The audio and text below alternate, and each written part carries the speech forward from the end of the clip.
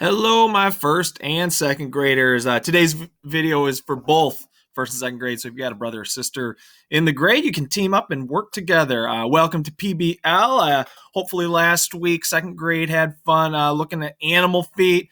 First grade had their scavenger hunt outside. I know my girl Andy found a toad out there. Very cool. This week, we're going to be outside again, and we're going to do some tree rubbings. And in order to do that, you will need a crayon, probably more than one crayon, but I got this crayon to show you what a crayon looks like. And you're going to need a piece of paper as well. And you're going to go outside, and then you're going to find a few different types of trees if you can. So I'm going to go ahead and show you what I did. Boom, boom, bop.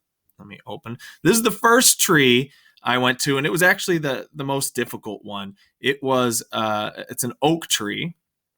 And if you look, there we go. If you look at the bark on this oak tree, it's really thick and kind of spread apart. So when I was coloring it in, it was difficult not to rip through the paper. So I kind of had to do it firm, but not too hard where it's going to rip through the paper. You also notice my cameraman's going crazy here, moving the camera back and forth. But there you go. I'm rubbing the crayon gently back and forth, but with enough pressure so it's catching on the bark. The next video is the next tree I found. This one is a tree. I actually don't know what type of tree it is. So I called it the umbrella tree. And that's just because it kind of looks like an umbrella to me in the summertime when it has all of its foliage. It kind of has this look like that. Now, once again, the bark on this one's pretty thick.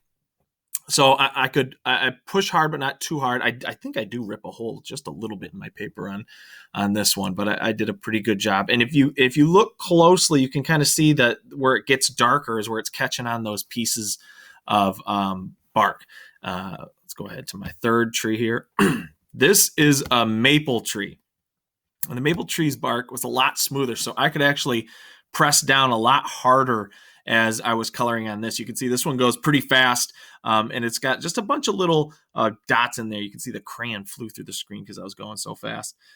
Great job, Mr. Hedrick. Two more to go. My next one is a beech tree. Here we go. Beech tree, another tree that looks really smooth. This one looked smoother than the maple tree, but I found out after coloring it, the pattern was actually really similar. It'd be hard to tell the difference between the two. In fact, I actually mislabeled them when I came back inside. Last tree. This one is probably familiar to some of you. This was last season's Christmas tree at our house. And it's laying on the ground there, but I went and colored in and did a rubbing for the bark on that. That one was probably the smoothest of them all, surprisingly. There it is. Thumbs up. Great job. And the final result I got from all of this, as I keep moving my little face around here, looked like this. There it is. I'll just try to zoom in a little bit. This kind of goes crazy. There's the oak tree right here, this blue one.